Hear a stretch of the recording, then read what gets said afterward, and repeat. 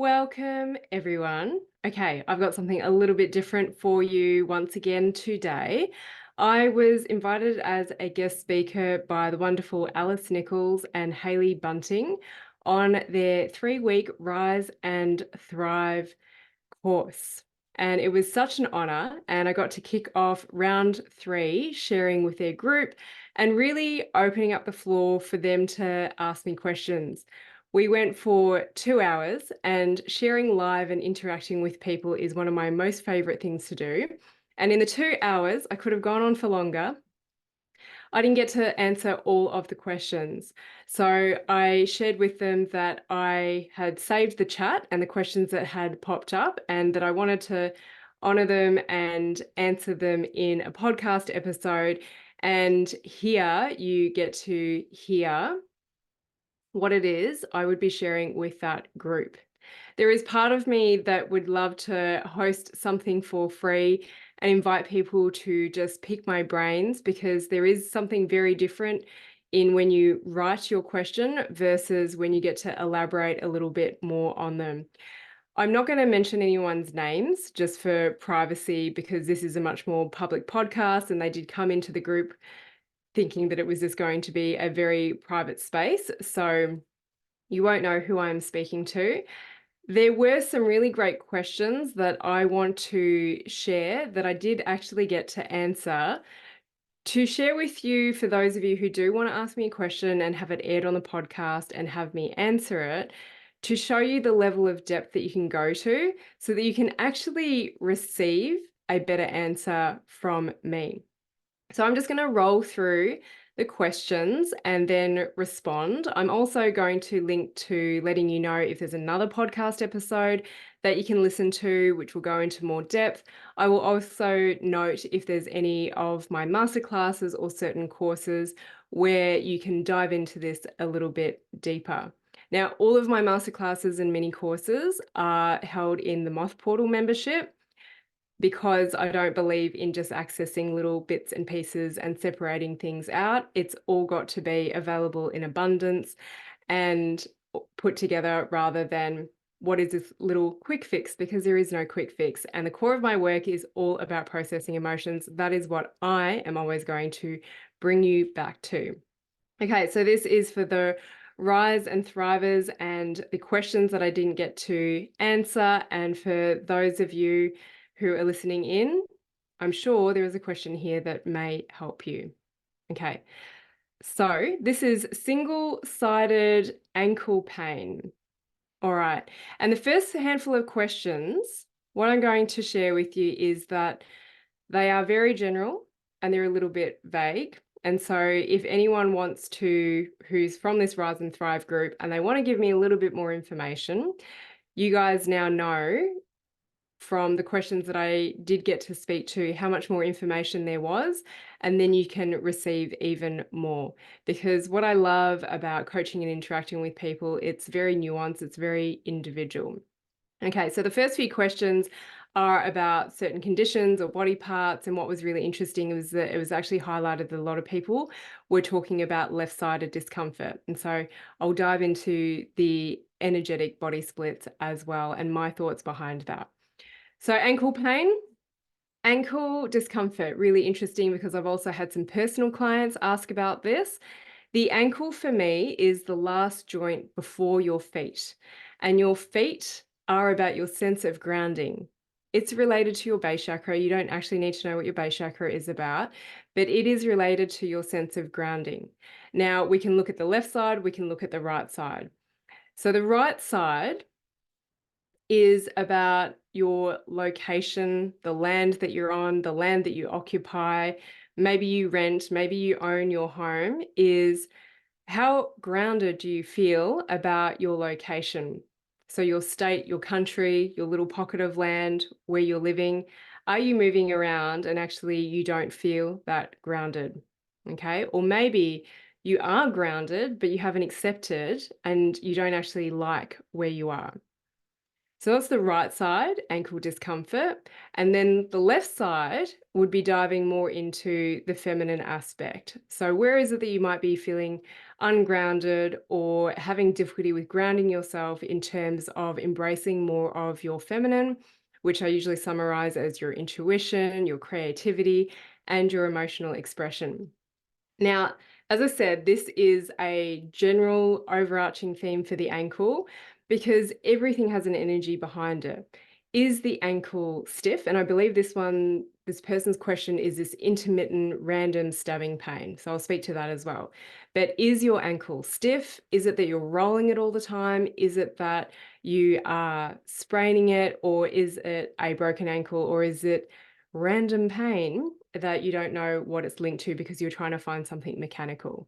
So I do interpret on an emotional level mechanical injuries as well as the bizarre pains that come for no reason. There is always a reason, but we're often just not aware about it.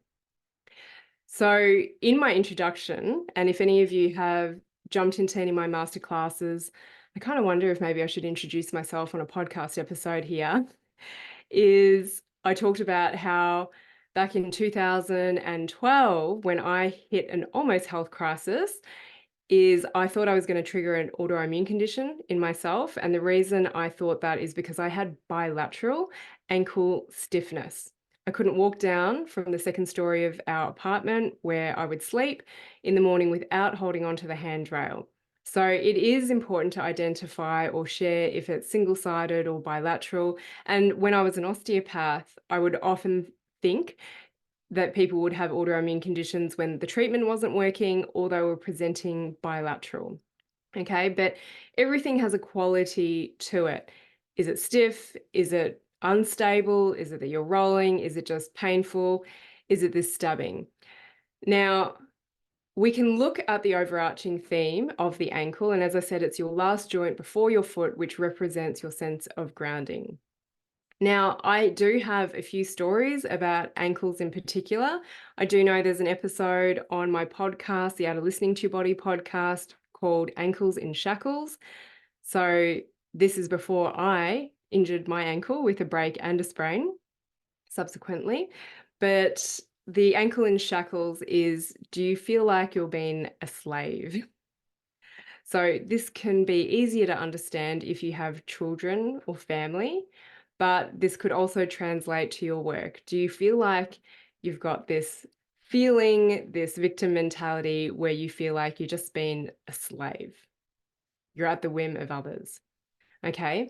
And then where I say, the coaching is very nuanced, it's very individual. A lot of people will reference Louise Hay's work.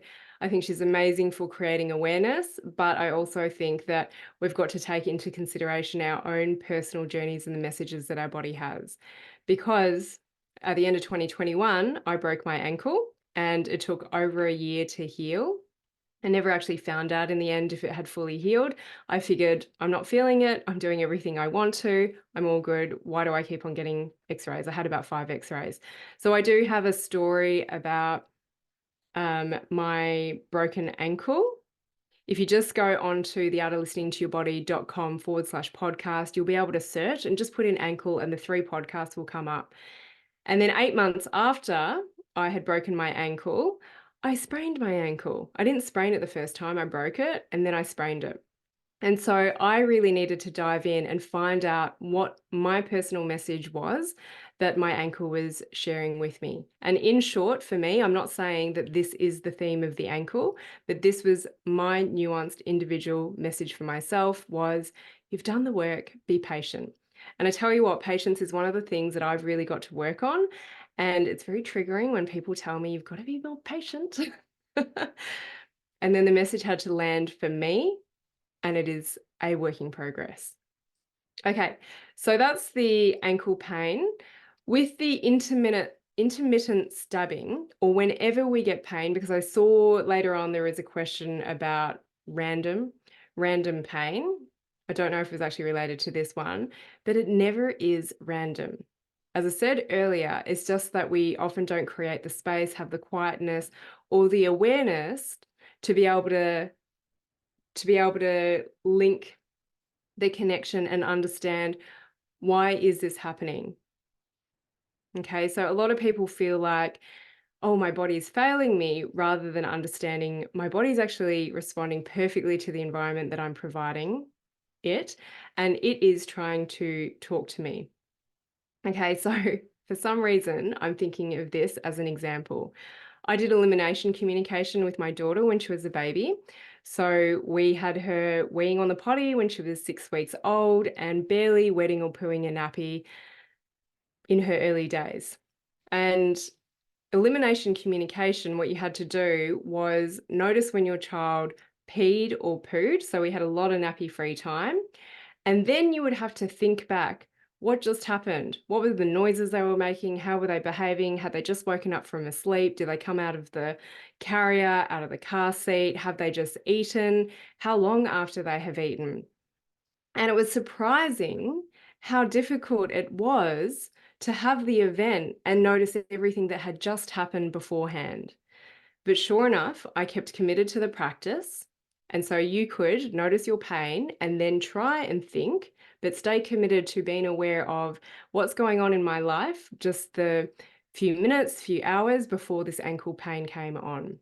Okay. And then we started to notice the patterns and we started being able to communicate with our daughter with her noises and just her body's rhythm to find out when is she likely to pee and poo and not let her do it in her nappy. Okay. So I find it funny that I'm talking about single-sided ankle pain, stabbing pain, random pain, and then linking it with elimination communication and catching my daughter's pees and poos in the toilet rather than in nappies, but everything is connected. Okay. So it is a practice, and most people will go, oh, I just don't know. And then they give up. But stay committed if you want to become more aware.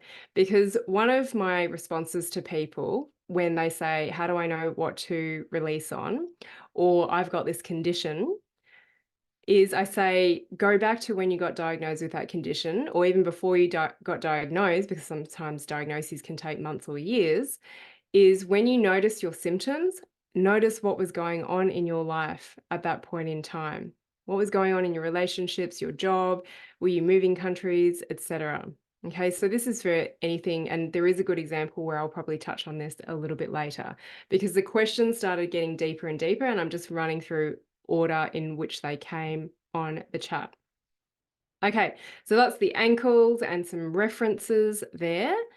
And then the next question was pain and headaches on the left side of the head, sometimes with dizziness.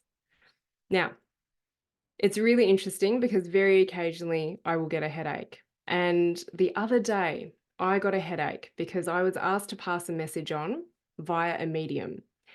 And I barely knew the person that I had to pass the message on to. And I avoided it for a day and I came up with a headache the next day. And I knew exactly why, because I hadn't sent the message. And then I tried to have a nap and it was like a comatose nap, but I still woke with a headache. And I was like, I know it's because I haven't sent the message. Damn it, just send the message. I've been told to send this message via a medium to someone I barely know. I sent the message and I went to pick up my daughter from school. And about 10 minutes later on the drive, my headache disappeared. And I was like, oh, that person has responded to my message. So sure enough, I opened it up whilst driving. It's like they had responded and the message went down well. Here I was worrying, they're not going to get me. This is going to sound loopy. I barely know this person. But I was tasked with pass on this message.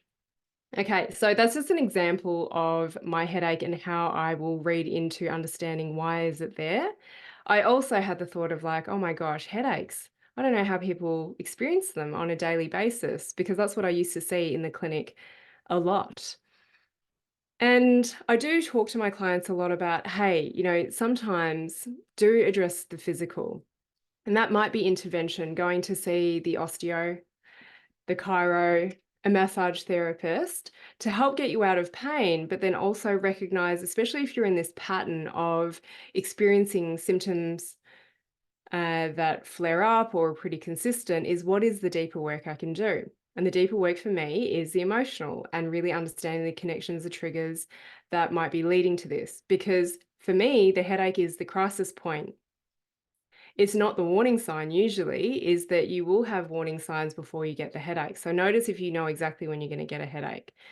but the location is really interesting.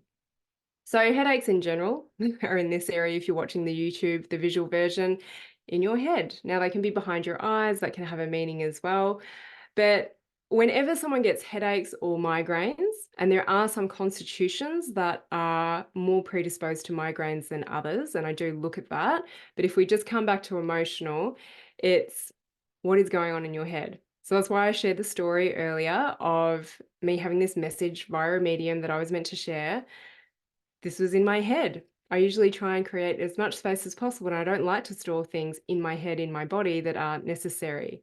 So, where are you getting in your head? Where are you just overthinking things, trying to sort it out yourself? And I teach my clients that verbalizing is very different to ruminating in your head. Okay. It's like trying to recount a dream to someone. It's a different story in your head. And then when you try and speak it out, unless it was very, very vivid, it can be difficult to actually articulate it. So, where is it that you might be holding on to stuff in your mind? Maybe just ticking over using your mind, your masculine mind, rather than your heart, trying to work things out when actually they're not there to be worked out. So, again, left side. So, we talked about why is it that people are talking a lot about their left side. In some programs, I have people talk a lot about their right side.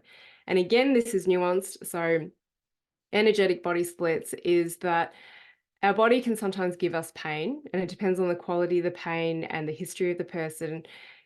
Is the pain on one side trying to tell you you're pushing too much of your masculine energy? Or is it on the left side because it's telling you, hey, give me a little bit of feminine attention here. You need to focus on your feminine. So I have a whole masterclass called Energetic Body Splits that goes into common examples of left and right side manifestations that really gives you a good insight into feminine and masculine energy on a very basic level. And we all need to start basic before we can get to the advanced. I think it's fascinating. So all of my masterclasses you can find in the Moth Portal membership, which is just a monthly membership. You can stay for as long as you want, you can leave whenever you want, but there is a whole plethora of stuff that you can dive into, especially if you like everything that I'm talking about. And when you join, you can just send me a message and say, hey, this is where I'm at, this is what I'm working on, this is what I desire. It's good to be clear on those things. And I can tell you which masterclasses or mini courses might support you. It is self-paced. So that's energetic body splits. But yeah, a lot of people I see, and what I shared was that dominance, your right hand or left hand dominance, does not explain why you're getting everything on one side. And some people just, it's almost like a stroke that they get all of their pain and injuries on one side. Like it's just amusing and it cannot be ignored. So we live in a very masculine society, and most of the time people, I will say, get pain on their right side because their body is just like knocking on the freaking door, trying to send a letter to you, send a message to you over and over again, telling you that you're just pushing too hard, you're pushing, pushing, pushing too much with your masculine energy.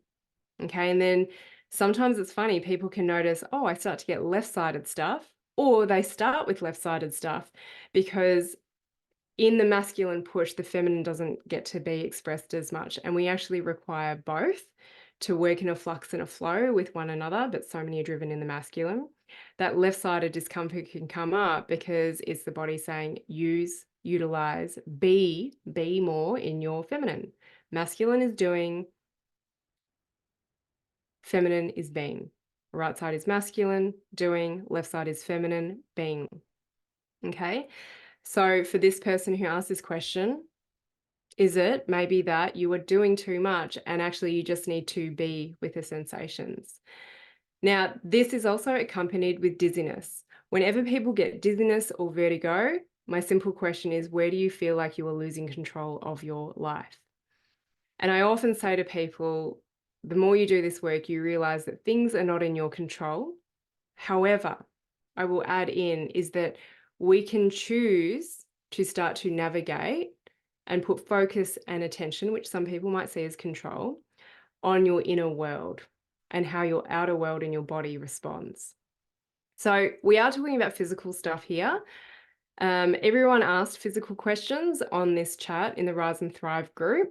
But I do want to let you know that for me, it's not just about your physical body. It's your mental state, it's your behavior, it's your energetics, it is how your life is playing out. But people find it easy to identify with physical pain. And I will acknowledge that some people have no physical pain. I would identify as someone who doesn't experience a lot of physical pain, apart from that time in my life in 2012, that just catapulted me into this world of emotions and energetics because I wasn't listening. So I got the physical pain. Okay. So the next question was a stiff right foot when waking up, like it actually makes me limp, but it's fine during the day. Okay. So this is why I like to interact with people, because some people will call a foot when it's not a foot. Some people will call an ankle a foot. Some people will call their butt cheek their hip. Some people will call different parts of their upper arm their shoulder when it's not their shoulder. So this is me getting anatomically specific. So that's why I like the live interaction with people. So I'm like, can you actually point? Can you show me what part of your foot so that I can actually get the interpretation right for you? But if it is your foot, again, like it is so specific as to, is it the arch of your foot? Is it the heel? Is it an area of your toe? Is it the top of your foot? Okay, so I'm going to have a guess at it that it is the right foot and it's in the arch area, just because of the fact that you're saying I wake up with it stiff and makes me limp, but then I'm fine during the day. So my osteo experience, I got exposed to a condition called plantar fasciitis. And I'm pretty sure way back I did do a podcast on plantar fasciitis. So maybe what I'm going to share today has evolved a little bit, but you could go and listen to that. It might be on my Instagram somewhere on a reel. But a lot of the time in the osteo world, if you took a good history with someone, and I'd say that I can do that now with the emotional aspect as well, is that you could be like 90 to 95% sure of what was going on based on how someone described their issue. So that goes into, if you want to ask me a question on the podcast, is give me some details. Let me know which side it is. Let me know the nature of the discomfort. Let me know what was going on in your life at that time and how it affects you. So I did have plantar fasciitis when I was a teenager and into my early 20s. And yeah, now I'm realizing that this one's going to go quite in depth. Okay, so if it is plantar fasciitis, like the arch part of your foot where it feels stiff, usually what happens with that, so a little bit of physiology, is that you've got this plantar fascia that supports the arch of your foot, but sometimes it can get inflamed. Okay, it can be an injury, but plantar fasciitis sometimes can be spontaneous. Some people say it's related to weight. I've never been overweight and I had plantar fasciitis. I now know and I understand what it was trying to tell me. So you use it during the day, and what happens is you break up all that inflammation, which is why it's getting easier to move through during the day and you're not limping. But probably after periods of rest, if you're sitting down or you sit down for a meal, you might feel it a little bit. But of course, staying asleep for maybe 6, 8, maybe more hours in the evening, all that inflammation, say that this is the arch, kind of just like accumulates around in front of the heel. And so that's when you've got to wake up in the morning and you kind of got to like break through and stretch it. So it becomes this catch-22 because you think, well, movement's good for it, but movement also scratches the itch. So the itch feels really good when you're scratching it, but then eventually you start to pare away the skin. It becomes raw, inflamed, infected, scabby, whatever. So it's finding this right balance of the rest and the movement. And this is definitely something that I would say go and get treated. And when I was an osteo, I used to treat the whole body, and I would definitely treat all the way up into the hip. So it's really interesting because I talked to some podiatrists, and podiatrists quite often were limited to just treating below the knee and the foot. But I would say 95, if not more percent of the time, when people had plantar fasciitis, the issue actually stemmed from their hip. So there was another great question. I shared a story, the questions that had been coming through from Hayley from Rise and Thrive that she shared with me, and someone asked about right ITB pain, so iliotibial band pain. It's a little bit like this right foot is we could focus on the foot, But I would say, like the IT band, is that actually the issue is coming from the hip. Okay. So I would then go, what are the emotions being stored in the hip and the pelvis? Now, this is my personal story, is that it was weakness in my hip. I did go to the podiatrist, I got orthotics, all that kind of jazz. And I have seen it show up in my clients' hips when I was an osteopath a lot. And I have treated some people or worked with some people since being in the online space who have plantar fasciitis, can usually pick up some things with them doing some movements.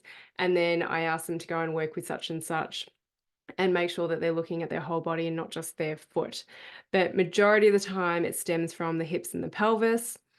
And I will direct you to listen to another podcast because this answer is definitely going on for a long time. So go search for the plantar fasciitis one and go search for sacral chakra and just see what pops up. There is definitely a podcast called The Link Between the Sacral and the Heart. Okay. And on the call, I talked about the emotions behind the sacral, behind the heart, but you'll get the spiel of what is therefore stored in the hips and pelvis and why maybe it's tracking down to your foot. And being on the right side, let's say there's something going on in the right side hip. This is relationships is the overarching theme. You'll find out more on that podcast, what sacral means.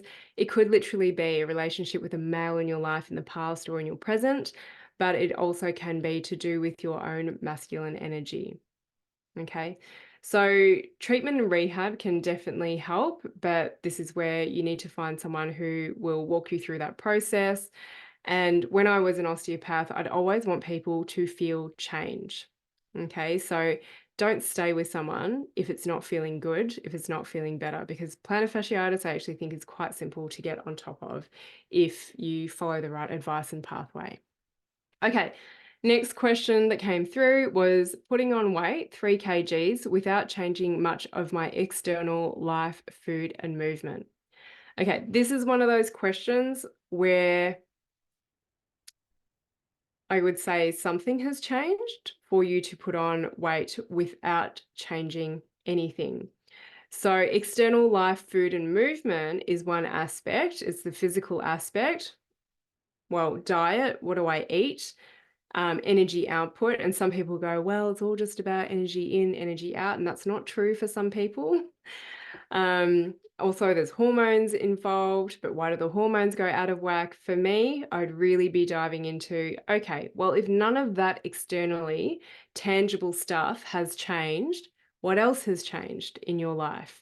How is it that you're feeling about life? And I like to cover life areas like, how are you feeling about your health? How are you feeling about your family and relationships? What about your business and career? What about your financial money relationship and state? How are your personal relationships, social relationships? What is the level of personal growth that you are involved in? And where are you at spiritually? Okay, so those are just some prompts for this particular person, because I'll say, well, if something's changed, something has to have changed, but maybe not in the ways that you would expect that weight would respond to. Okay.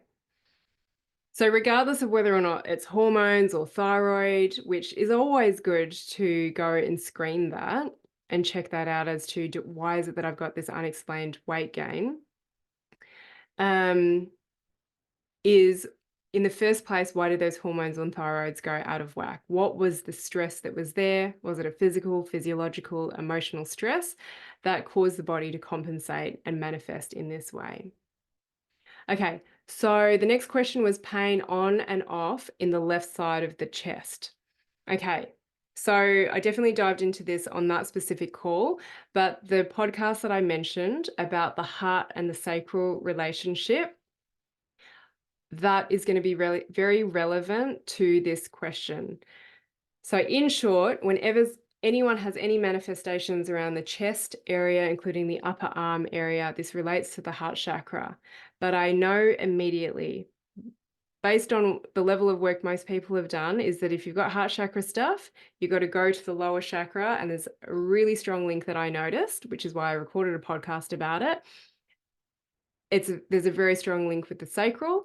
So your issue really is with someone in your life. So I'll just rattle off the heart chakra demon emotions that people tend to hold on to, that they bypass or feel like I don't want to give attention to, but it's feelings of hatred, resentment, jealousy, betrayal, sense of injustice, and it's always linked to someone, which is how the sacral comes into place. So that's where we go lower down. Okay. So then we can look at the energetics, energetic body splits that's on the Moth Portal membership, and understand a little bit more about feminine and masculine energetics and why is this coming up on the left side of my body. And so when you listen to that heart and sacral connection and you have memories, people, events come up, these become the things that you process on. Okay. All right. Joint stiffness, especially right groin. All right. So joint stiffness, I'd be very curious as to where else it might be in the joints, because the joints represent your solar plexus. Okay. And your solar plexus is all about your identity in the world, how you show up, your level of trust in yourself, your ability to speak your truth. It has a lot to do with ego, authority, and power as well. Okay. So are you perhaps looking to really express yourself, which is where I say most people that I work with get stuck, but I do work with some people who have already worked through all that lower three stuff like base, sacral, solar, and they are expressing themselves and they really want to move into the upper four levels of the chakras, into the heart space, the throat, the brow, and the crown. But most people that I'm speaking to, we're working a lot with the lower three chakras, base chakra, sacral chakra, solar plexus, and the emotions that you store. So that's just in case if you get joint stiffness in various places, joints really represent that expression of self. And especially right groin. So I'd say it's your right hip. So this is again where, people call a shoulder when it's not a shoulder. People call their hip a hip when it's not a hip. And right groin, it's like, is that right on the inside of your thigh where people talk about the thigh gap, which is just not a thing. And then there is like the front of your right groin. Okay, so you can see how specific I want people to get. Your hips in general are about embracing change and moving forwards. They move your limbs that step you forwards in a certain direction. Okay, so right groin, if you're getting it through the front of your right groin and hip, kind of like that V down, is where is it that you might be resisting yourself from embracing change, stepping forwards, particularly around the masculine, which tends to be a lot around job and career, and hopefully diving into soul purpose expression with your job and your career, whatever that might be. Now, just a quick note on that, I say to people that sometimes your soul purpose becomes your expression via your work, entrepreneurial pathways, self-employed pathways, but sometimes your job enables you to express your soul purpose. So I'm not saying that everyone's job has got to be your sole purpose, but it enables you, provides funds, provides time, space, location for you to tap into your soul purpose. Soul purpose doesn't always have to be something that brings you money, but it can be for some.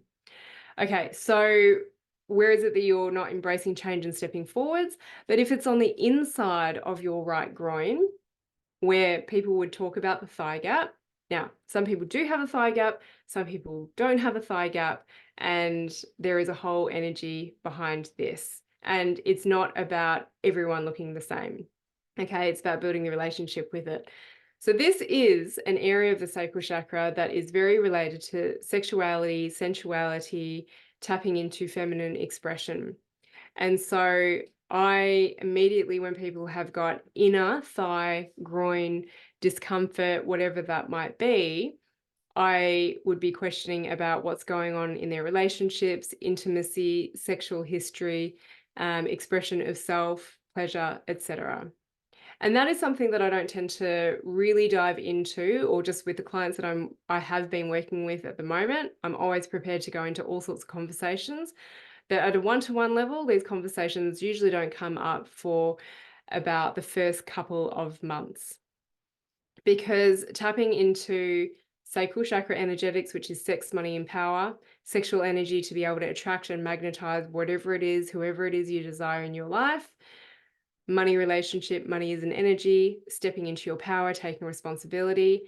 That's the energetics of the sacral chakra. And I know it sounds amazing to step into sex, money, and power.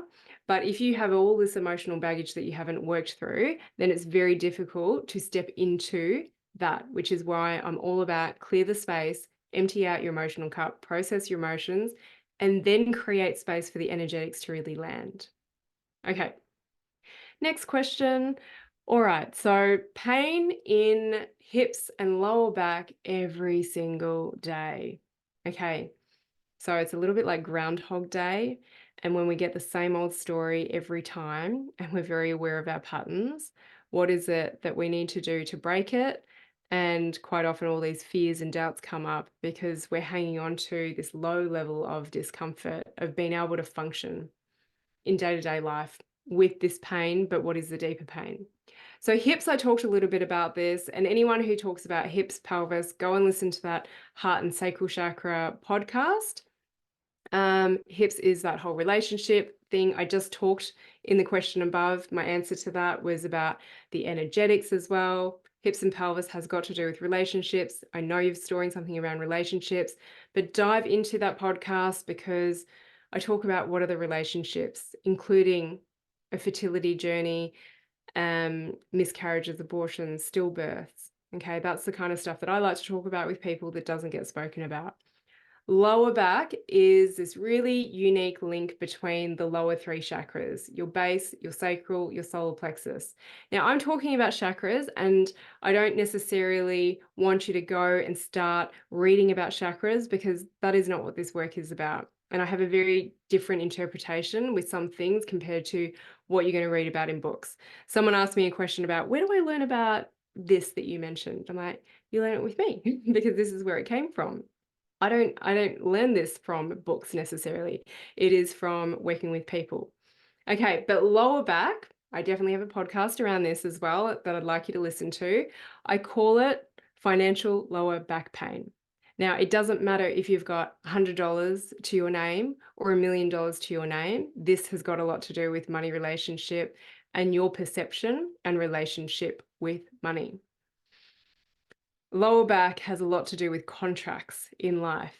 So it can literally be a contract in a job, in a contractual role. It can be signing a contract document for a divorce. It can be marriage. It can be a mortgage contract, anything that is related to contract and commitment. Okay. All right. And then the next question. So yeah, that one, really go listen to the podcast that I've noted, heart and sacral connection and financial lower back pain. And also you can find some additional stuff in my free Facebook group, The Art of Listening to Your Body free community. You'll usually find this on my free resources page on my website or on Instagram. There's a little link there. So up until recently, what I've been doing is I just pop a post up and I say, what are your top 5 questions? People would type them out and I would do a video for people. So you could just go into the search bar and type in lower back, hip, whatever it is you got a question about, and I may have already done a video on it. They all get stored in the guides version. What I am transitioning to, though, in this first quarter of 2024 and realizing where I can give so much more is in my spoken responses. And I hear so much when I have you speak versus write your question out, which is why I'm requesting or inviting people to send me a voice message. My personal Facebook is the best. You'll find me under facebook.com/Dr. Jen Ong. So not my business page, my personal page, because then you can voice message me and it doesn't cut you off like Instagram. And I want to hear from you. I want to hear the energy and the nuances and the words that you use. And then I can give you even more because I am all about, can I give you as much as possible? And I just felt like having you write, like you can see, there's nothing wrong with these first few questions and they're a great learning for everyone. is that I want detail. I want you to receive as much. So if ever you've asked me a question and you felt like you haven't received, maybe you don't have capacity for it, but maybe your question wasn't quite formulated for you to be able to receive something that you really needed to hear. Okay. Oh, there's just this nice comment here, because this is how the whole conversation went for the 2 hours with the Rise and Thrive group. I love listening so far this morning. I have that lump in my throat about to cry feeling. Hello, emotions. And that is what I love about group environments, is that someone's question and then my responses, it helps the whole group collective. It's a very different energy to one-to-one. Both have their place, and being in a group is just really amazing. And there are some people that, didn't ask a question, but they're feeling all of this. Okay, next question was laziness. Need to start exercising due to my age, 52, sitting around during lockdowns in Melbourne evaporated my muscles. Okay, so that's interesting, and that gives me enough information to go into, well, what could you be releasing on? Now, age, age, age. People say different things about your age. It all goes downhill from 30, it all goes downhill from 40. These are negative space comments about age that I don't like to relate to. I definitely did not feel like my life went downhill from 30s. It just kept on getting better, keeps getting better as I approach my 40s. So what is the narrative that you're saying to yourself as well? What is the belief that you hold? What is the life that you want to create, no matter what your age is? So the big thing that gives me an indication here is sitting around during lockdowns in Melbourne evaporated my muscles. So I can tell you now, in 2024, I am still holding space for people to do releases around the pandemic and everything that happened in 2020, 2021 into 2022. Isn't it crazy? It's quite a few years ago now, but sometimes people have got to be out of it to really reflect and go, right, now I'm ready to process my emotions.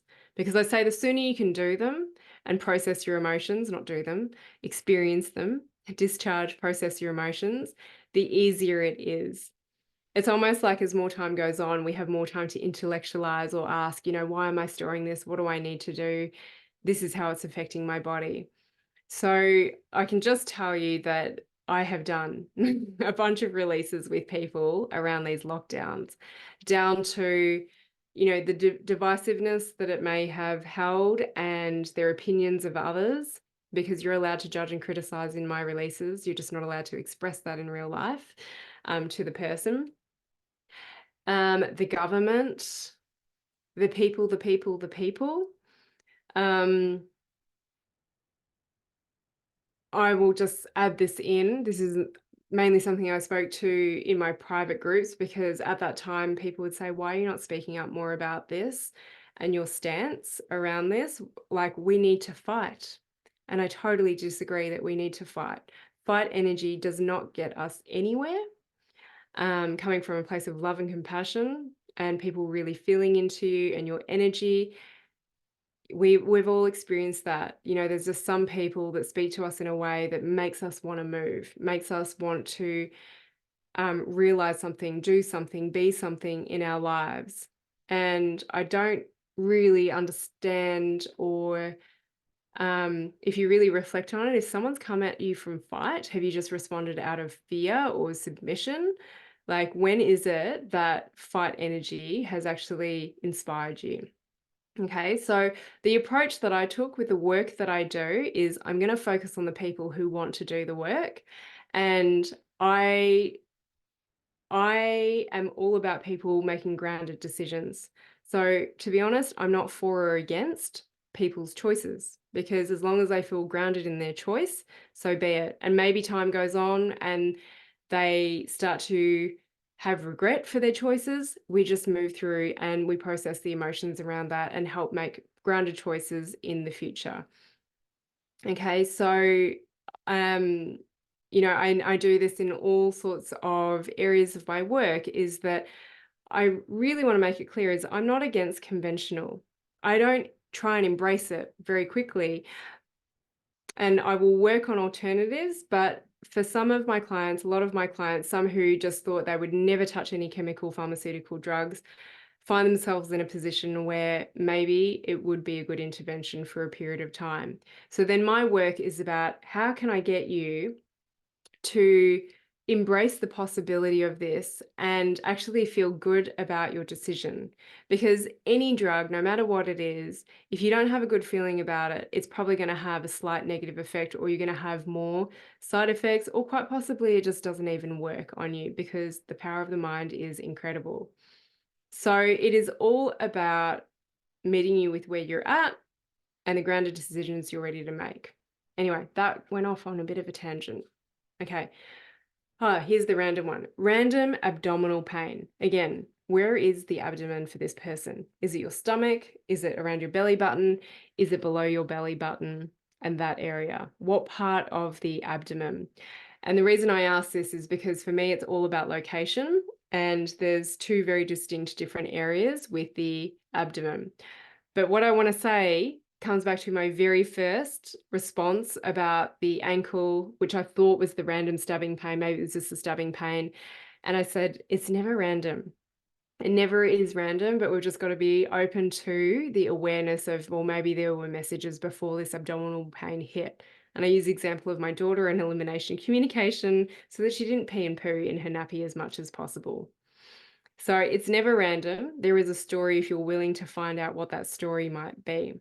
Now, the thing is that people have talked about their symptom, their overarching pain, but I'm curious about the whole history when I actually dive in and work with someone, not necessarily in a podcast 3-minute question message, is what else is going on. There can't just be abdominal pain. And yeah, maybe there are some people but who just have the abdominal pain and every single area of their life is peachy cream. But again, like, let's extend outside of physical pain. What else is going on? So I've actually already touched on what abdominal pain could mean in terms of when I talked about the solar plexus and identity. So that's going to be relevant if it's like the upper above the belly button. Below the belly button is the sacral chakra stuff. And I say to my groups is that you'll hear me talk about sacral chakra over and over again, because most of my clients do not have base chakra issues. They aren't in a sense of survival. They've got their basic needs covered. Modern day stuff is money. And I tell my clients, well, before they become clients, do not invest in my work if you feel like you don't have the money. Now, do you truly not have the money and just not having this choice? But if you cannot put food on the table, then do not spend on my programs, because it's all about processing your emotions, or you take responsibility for that. If you choose to, right? But I'm going to give you a heads up is that when you add in that sense of survival where you feel like you don't have enough money, that can make it very difficult to access your emotions, which is what I'm all about. Okay. So that might be my free stuff, my podcast, my free group that you dive into, and make the most of that. And there is a different level of commitment that comes with different levels of investment. There is a different depth of what I can offer at different levels of investment. Okay. So solar plexus, sacral chakra, I've touched on them already, and you might go, oh, actually, you know what? I was waiting for you to get to this question. I wasn't really listening. So you might want to go back and listen to this again. Now, if we go deeper into the abdomen and think, okay, what are the organs there? Now, let me, again, just take a stab in the dark. Let's talk about your bowels, your intestines. This is all about letting go of sadness. Okay. And when the random pain hits, is trying to recognize what's going on, all the way back to when did you start getting this abdominal pain? Okay. Then there was a comment that popped up that said, same for me, that plus anemia. And I don't know what that's related to, or if it's related to the abdominal pain. But a podcast that would be really amazing for you to listen to, the lovely Elle Brown, I still use her name years and years on, is I did a podcast with Elle Brown. So you can just search her name, but it's theartoflisteningtobody.com/LELLE-Brown.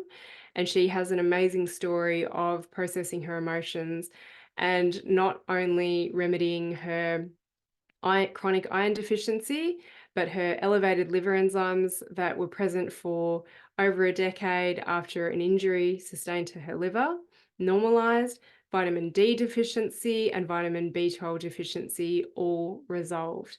And I have a number of stories and examples from clients that have taken the whole functional medicine route, the naturopathic route, the supplements, the infusion, and it not getting on top of it.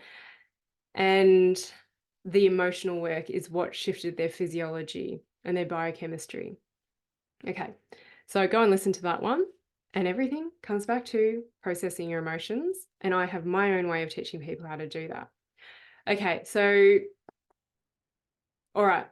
Now, these are questions that I answered more in depth on the call, and they had great information to it. So I'm just going to touch on these, but also let others know who weren't on that call know where you can find out more about this.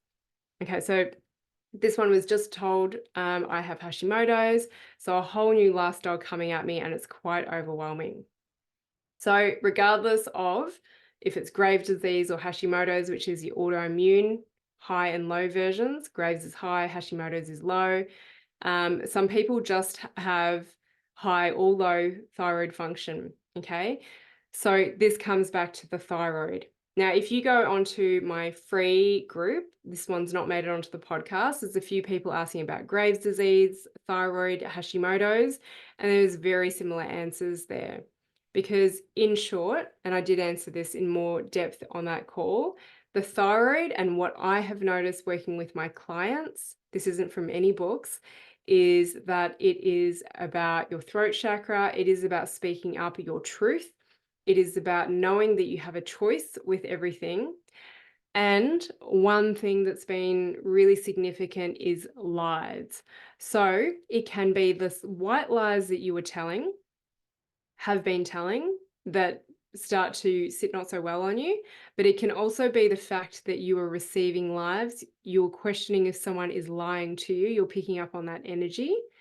And I just know that when I have been around people that lie, I just don't know how to respond, because I'm like, you freaking serious? Like, I can just tell this is a lie, but it's just so bloody blatant that I can't believe you're telling me this lie. Like, I'm gobsmacked. I don't know what to say back to you.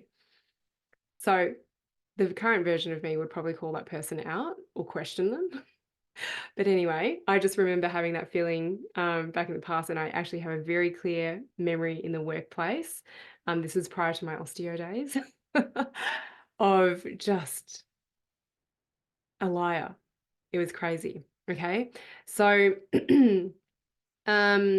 Hashimoto's, it's not about the condition, it's about the location. And I know some naturopaths and doctors will be going, but this doesn't actually have anything to do with the thyroid or whatever.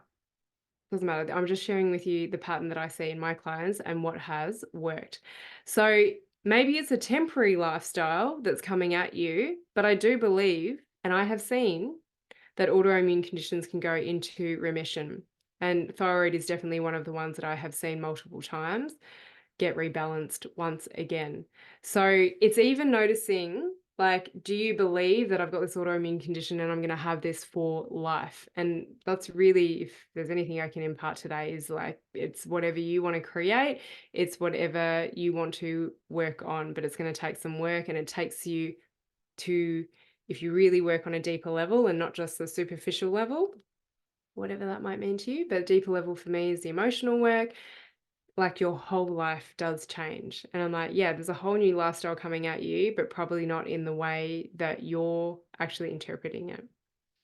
And it's quite overwhelming. Get support from practitioners and take the steps. Know what your ultimate goal is, know what your goals are along the way, and take the steps. But don't try and do it all on your own, especially if you're already feeling overwhelming, because you probably aren't going to make good choices in that overwhelmed state. Okay. Also, autoimmune conditions, there's a few that were noted on this call. There's going to be autoimmune conditions that people are experiencing listening into this.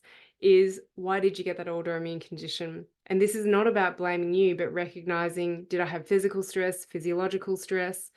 Physiological is usually like a virus or getting sick, maybe a parasite infection. What triggered it? Physical, physiological, or emotional? And then we get a choice, okay, for anyone with thyroid stuff, but we get a choice for everything to decide to make a change. And if you go beyond the superficial, it can take you on the most amazing journey. Okay, all right, so I didn't get to answer this question. What's the best way to work when I have no estrogen due to medical menopause? How do I balance best?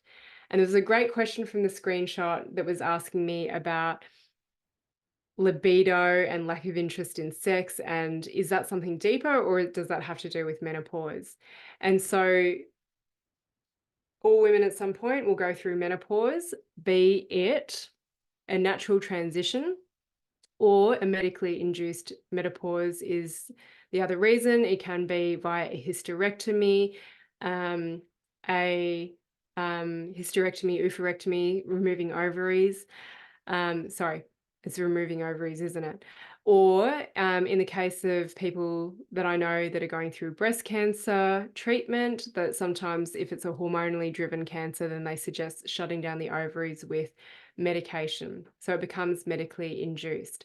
So what I have loved over and over about my work around processing emotions is that it's never failed me. It's the thing that we can always come back to. It's the thing that I always direct my clients back to, even if I sometimes don't know where to next. And then the next step reveals itself. So it doesn't matter the reason, a little bit like it doesn't matter what the condition is. It's all about the location. It is all about how you feel about it and the symptoms, because different autoimmune conditions, different breast cancers out there manifest differently. And because you're all human and you're all individuals with your own little pathways, or big pathways, is that you all have different feelings and emotions around these experiences. Okay. So when you're in this situation for a period of time, or maybe for an unforeseen period of time, it's you work through the emotions. And I feel that from the people that I've interacted with, it is definitely a decision to navigate to be put into a medical menopause. Even people who go through a natural transition in menopause, which I will note, and I shared on this call, that it does not have to be painful. Some people sail through it. There is a podcast on menopause, and I'm going to recommend this person listens into that. It is moving through the emotions that maybe you didn't get to process when you had to make this decision, because in some cases with some people's cancers or any condition, it is at the point where things need to be done. There needs to be medical intervention. And sometimes we lose ourselves or make decisions out of fear. I'm not saying that this decision was made out of fear, but we don't have a lot of space to process emotions.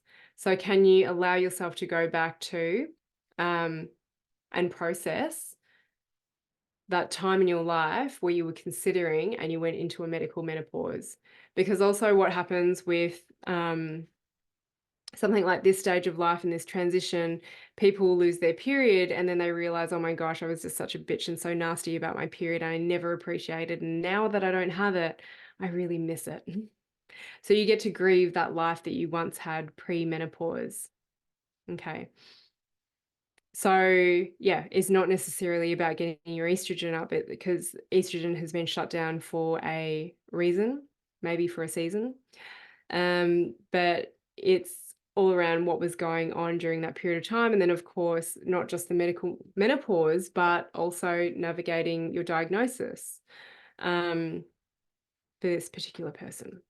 Okay, so, and I love that I saw some mutual followers and mutual clients on the Rise and Thrive group as well. And again, it was just really an honor to share my perspective on health, wealth, and everything in between. Okay, so next question. I'm looking through all the emotions attached to almost everything that has popped up for me over the years. Okay, so they've been looking into the emotions of the sore foot, warts to name a couple. I even passed warts to my daughter through pregnancy, and it always came back to bite her. It says bitter, but I'm not too sure. I thought I had dealt with the issue. I used oils emotionally too, but obviously it is still in my body. So what is the fix? Yes. Okay. So this is the thing, right? Is that we can look at the emotions that have popped up on a physical level, but we cannot forget that we're more than a physical body. We're a mental, behavioral, energetic, and spiritual body. So what else is going on in your life as well? This is human nature, is that even though we say and we know that the mind and the body are not separate, we still go to separate things. But it is also the nature of, and a stage and phase in learning, is that a lot of us like to learn in a masculine structure before we find the feminine flow. I like to teach in a masculine structure to allow people to find their flow. So it's just amazing watching people transition. Okay, so sore foot, I talked a little bit about feet earlier. I talked about plantar fasciitis, warts. Okay, so the warts is all about location. Now, I don't know if this is genital warts, if it is warts on the feet, because you don't necessarily pass it on, but the person who gets the contagion or the pathogen, it's what caused the weakness in their body to be susceptible to this bacteria, to this pathogen, because people do not make us sick. And so even in that is, where do you feel responsible for this? And maybe you're blaming yourself, and that's a whole emotion to work through, a whole experience to work through. Okay, but the warts, where are the warts? Because we can burn warts off, but they keep on coming back. And some people will say represents low immunity, but why is your immunity affected? Immunity gets affected when we get an autoimmune condition. Immunity gets affected when we get a cold, when we get a flu, when we get warts, when we get a parasite. Why is it that our immune system was in a state that it was stressed, that we were then susceptible? So that's where we do need to take responsibility and recognize for ourselves, what is the environment we're providing for ourselves physically, physiologically, emotionally. Okay. I thought I had dealt with the issue. I use the oils emotionally too, but obviously it is still in my body. So this is great because we go on a journey and it can sometimes serve us for a period of time. I've got the little AI thumbs up thing coming up on Zoom if you're watching the video version of this. Okay, so when we have done something and we thought we fixed it, usually it can come back to bite us. Or it just lets us reveal another layer. And that's where we've got to lean into it. So a business analogy, because whenever I business coach people, it's all about your personal life, because that feeds into and it gets reflected in your business. But you can follow a strategy to the T, a business model that is meant to work. And you could do that for months, you could do it for years, you could even do it for decades, and it can work and it can be successful. But then, is it fulfilling? All right, so any masculine structure will work if you put it to action, but are you losing yourself in the meantime? Okay, so I think oils and essential oils are amazing, and the belief that we hold around things is amazing. And sometimes people will, without knowing, have a fix-it attitude, like I thought these oils were going to fix me.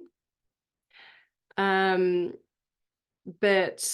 it's an element, and it can definitely be a lifestyle, but don't forget yourself and your emotional aspect too. Okay, so oils can help you access these emotions. They can help you feel better for a period of time. But when the thing crops up, let's go a level deeper. What's going to fix it? Processing your emotions. And this is literally getting in and processing your emotions, which I shared on the call, is that I don't talk about my actual specific release process unless you're in a course with me. The ultimate course to learn about it is the Release 6-week course, which unlocks further coaching after that. But this is where you get it all, you get the cheat sheets. The reason I don't do this is because I have noticed how powerful it is, how sacred it is. Yes, I can share it for free, but I notice that people butcher it, okay? And they don't give it the full credit that it deserves because they bypass when they don't have that guidance. So people are like, I've been doing the release process. That's amazing. It makes me really excited. But it was when people said, I did your release process and it didn't work. I'm like, well, I didn't get to see what you were processing. I didn't get to support you.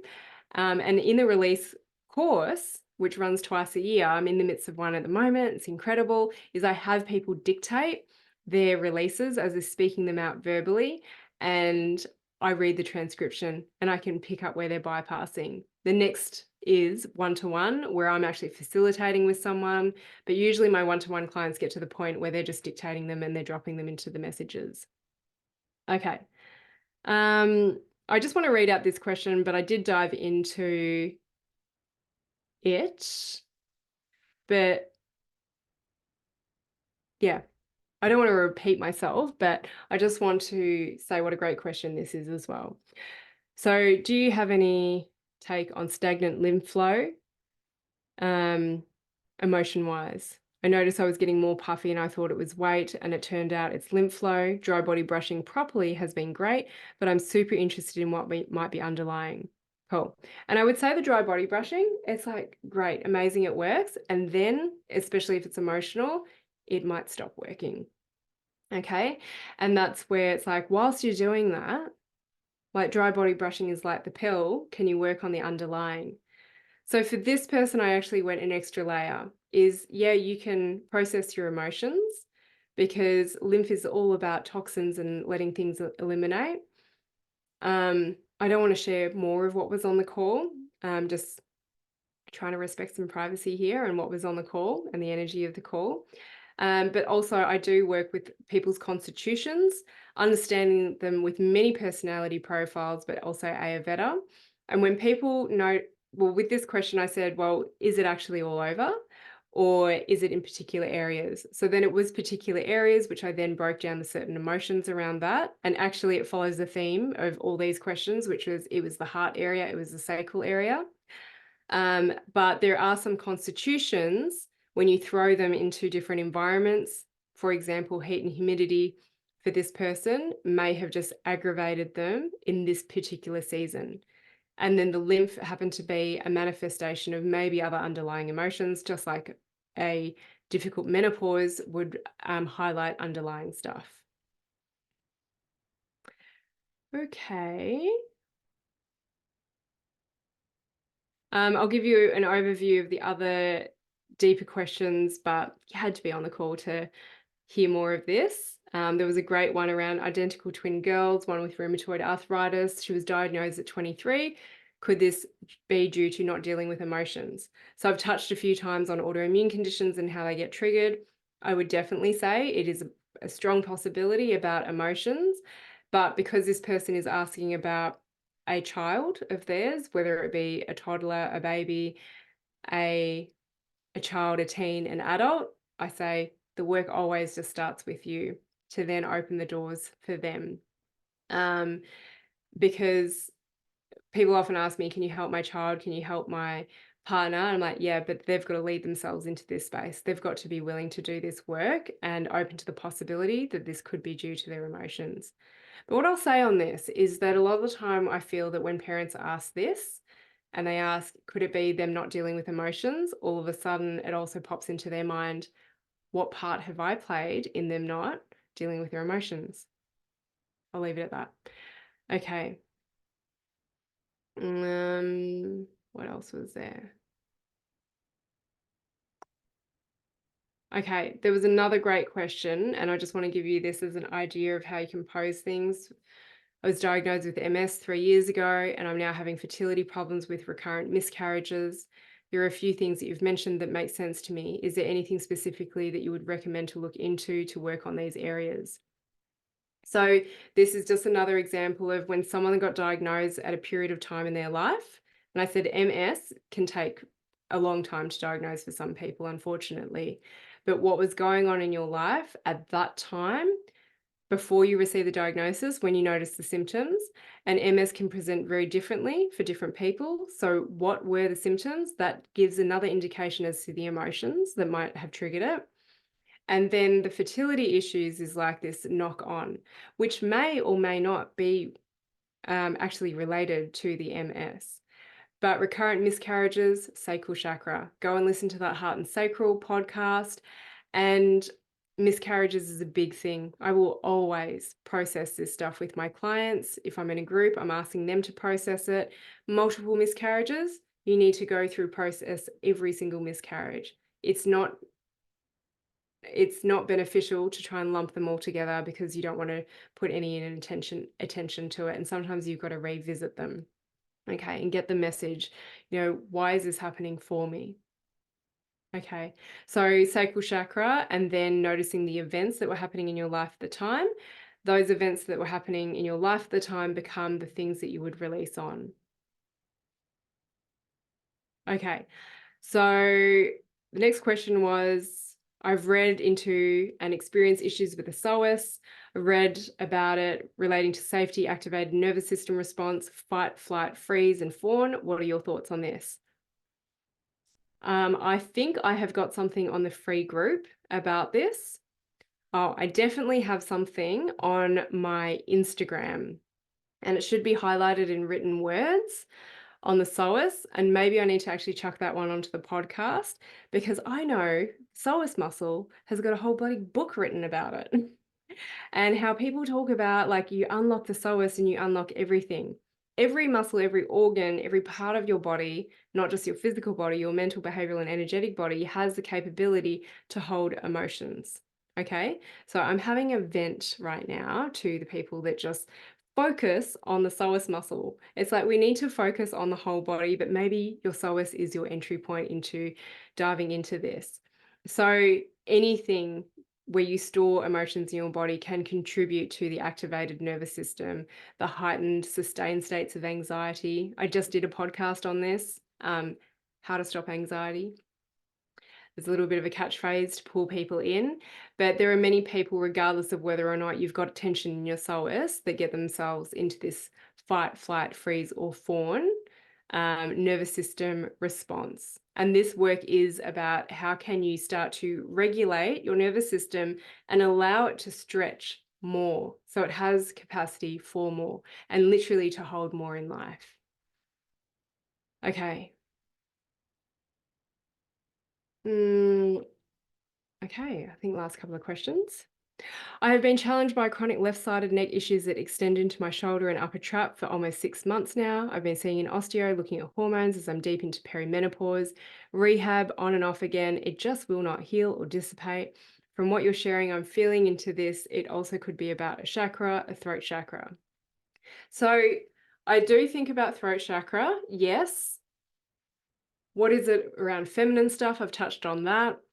And then moving into this shoulder. So what's interesting is I think more about this junction here, sort of like where people can get the hump on their neck, which is a postural thing and maybe an emotional thing that leads into a certain posture, but just kind of that join, like at the very top of your shoulders. It's called the cervicothoracic junction.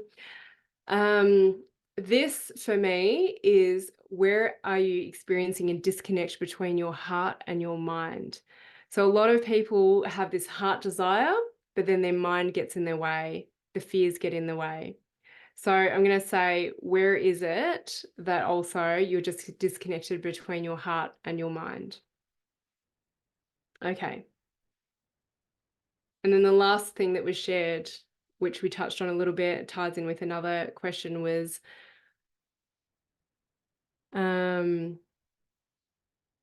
actually, it was the knock-on from having miscarriages. I think the support is a big part with the miscarriages. My family and people around me keep saying maybe it's just not the right time.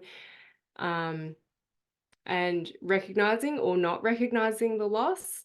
And so, yeah, like if you're ever in any of my groups, particularly the release course and how we talk about miscarriages, it's pretty incredible is all I can say. And it's a very different viewpoint. And I think that sometimes people just don't know what to say. And that doesn't take away from the hurt that we're experiencing by any means. And for me, I look at anything, I look past the thing and I look at your emotions, and really you've got to lead yourself into doing the work around processing your emotions. It's, on the call, any of my calls, I talk about this is not easy work. This is definitely the brave and courageous work. It is fascinating. It is fascinating when you get a group of people together ready to work on the emotions. And believe it or not, some of these conditions feel like, oh my gosh, but we do have laughter around it as well, because there are just so many realizations. All right, so that was still fun for me to respond to the chats after the fact. This was the Rise and Thrive group with Alice Nicholls and Hayley Bunting. It's a 3-week course, and I was really honored to be asked to be a guest speaker amongst some amazing, incredible guest speakers. I actually was messaging them saying, this is kind of my slant on things. Are you sure you want me on your course? But it was really cool, and I just love the opportunity to share this with anyone and everyone. And if you do have a question, you've gotten a good overview of where questions can be a little bit general. And thank you for asking those kind of questions, people. And then the ones more in depth. Try and keep your message to a few minutes long. Find me on my Facebook, personal Facebook page, facebook.com/Dr. Jin Ong, Dr. Jin Ong. Instagram, the art of listening to your body, you're just only going to be allowed to send 1-minute messages. And if I don't listen to them within a day, they do go blank. Okay. Or you can voice record and you can email me, jin@theartoflisteningtoyourbody.com, or message me and just ask me the question. How do I do this? And I will guide you. I know some people need to do that, but let me hear the energy, the nuance, the extra little bits and pieces that you put in behind your question, so I can give you as much as possible.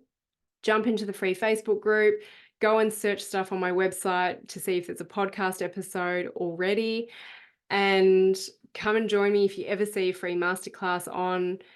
And maybe I should do another podcast on the different things that you can do, but I've mentioned the Moth Portal membership, which is amazing, self-paced if you're ready to lead yourself and just listen to content, get inspiration, see if this emotional work is for you. The next stage, which is open to anyone and everyone, is the Release 6-week course. I run that live twice a year. The next one will be in August 2024. And that's incredible. Some people have come back to sit every single round of that because there's always layers and evolution to our personal growth journey. And then, of course, there is one-to-one, which is a year-long experience. And I've just had the honor of working with people, some people up to almost 2 years, and just watched their life transform from the pain that they came to see me with. I'm also open to seeing people not in pain, but just knowing there's more to life. But just watching all facets and areas of their multidimensional life transform. And so if you're interested in one-to-one, I would love to have a chat with you. It is by application. Just reach out to me. I'll send you the form. Some people get overwhelmed by the form and I never receive an application, but you do have to jump through hoops to do one-to-one work with me because I have to know that you're committed. We will jump on a call, a video call together, hash out things and just feel into whether or not it's the right fit. But I do feel like there is something available for everyone when you are ready, depending on the stage and the phase that you are in. Okay, so thank you so much for letting me share this with you, and all the best with everything with life. And when you're ready to process your emotions, you know where to find me.